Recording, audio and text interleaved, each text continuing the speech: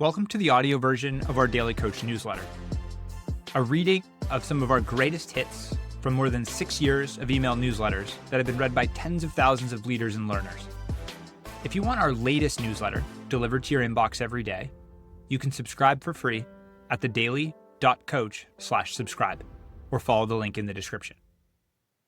The strength of sitting in the sadness. South Carolina women's basketball head coach Dawn Staley's accolades as both a player and coach speak for themselves. A decorated Hall of Famer, a champion, a history maker, she has elevated and transcended the game with her presence and excellence. But beyond the accolades is Coach Staley's rare gift, her willingness to be a truth teller. She uses basketball not just as a means to compete, but as a mirror, a classroom, a vehicle for life lessons. She shows up with courage, vulnerability, authenticity, and a grounded sense of self that gives others permission to do the same. Her South Carolina Gamecocks faced off against another storied program, the Yukon Huskies, led by legendary coach Gino Arima in the women's 2025 national championship game.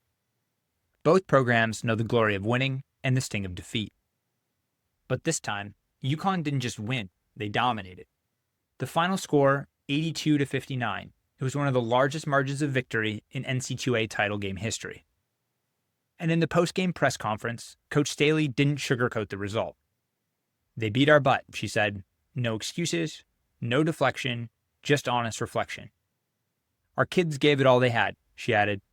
"When you can understand why you lost, and when you've been on the other side of that 3 times, you understand it. You can swallow it. We lost to a very, very good basketball team that beat our butt, but they didn't make us like it. There's a difference." Then, when asked about freshman star Joyce Edwards and how she handled the locker room afterward, Coach Staley offered a powerful leadership moment, one that applies far beyond sports. "I let her sit in her sadness. Sometimes, letting them sit in their sadness is much more powerful than breaking that train of thought.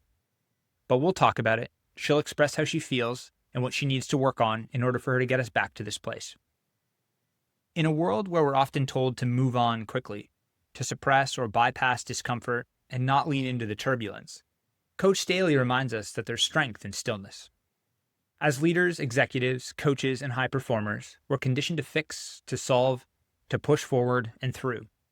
But how often do we allow ourselves or others to sit in the sadness, to sit in the disappointment, to sit in the uncertainty, to sit in the discomfort or grief, whether from loss or unmet expectations?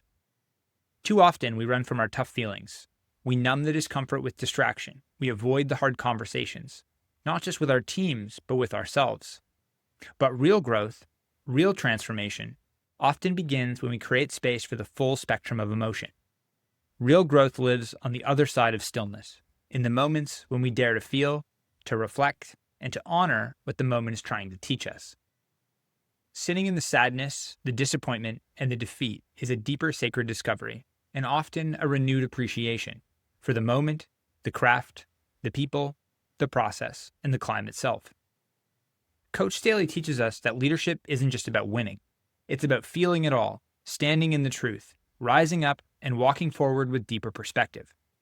Allowing ourselves and those we lead to sit in the sadness isn't weakness. It's leadership. It's emotional intelligence. It's healing. It means we're human.